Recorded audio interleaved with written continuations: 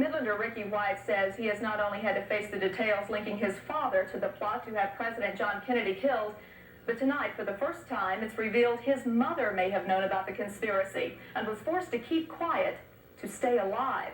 Rickie remembers his mother turning from a caring person into someone he didn't know. Well, tonight, the conspiracy continues in our series of exclusive reports, JFK, the West Texas Connection.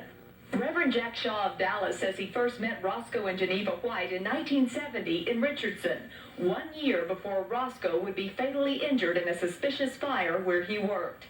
Roscoe was the manager of I think the M.E. Moses store at the time, and they came and visited the church, and then after that, then I visited their home on several occasions.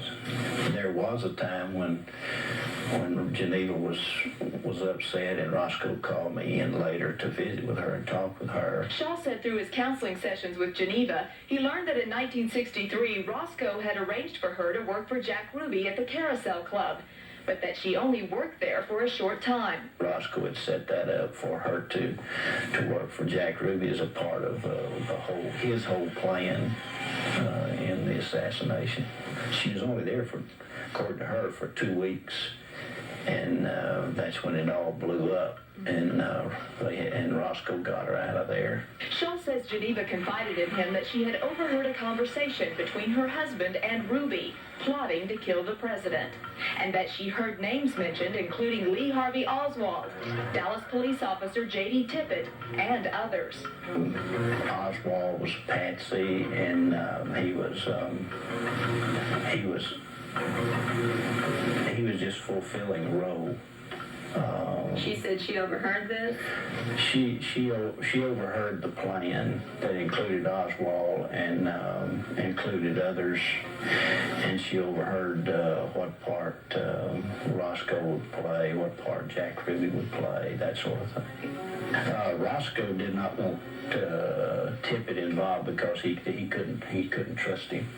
According to what Geneva's told me, that later proved itself to be true, because that was the scene where Roscoe and Officer Tippet had a disagreement about how Oswald was to be handled, and that Roscoe shot Tippet. Shaw says Geneva recalled Roscoe saying he didn't want Tippet to be involved, but Ruby did, and that Roscoe had known Oswald for some time.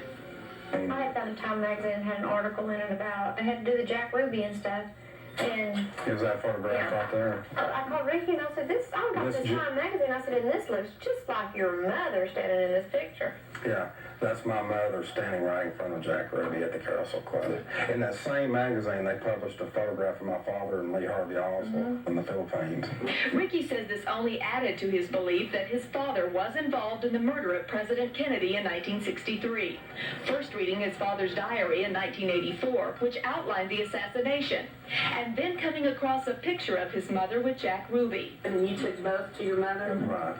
And she confronted her that that's her, that's Jack Ruby, this is this is that, and then by doing that, confronted her and pushed her over to the edge where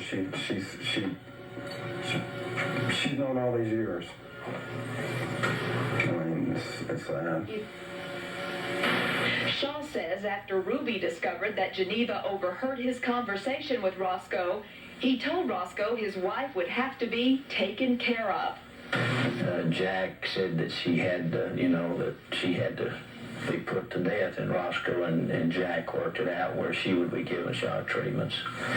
And so she, according to her story, she was given shock treatments at that time. That was a deal that was made when she was overhearing her conversations with Jack Ruby and my father, and Jack Ruby saw her at the corner of the door and had realized that she'd been there longer than necessary to take care of the problem after the Kennedy assassination be done, that she would promise to go through electrical shock treatments, and she did. And we have documentation from her psychiatrist.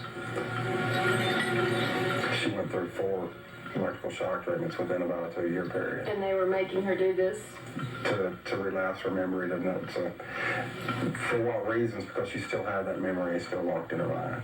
It just disordered her completely. I mean, my mother, from day to night, Becky changed. I mean, from the mother that I knew to a nightmare that would go on. Tomorrow night at 10, hear how Roscoe White was injured in a suspicious fire, a fire that would take his life. As we continue our exclusive reports, JFK, the West Texas Connection.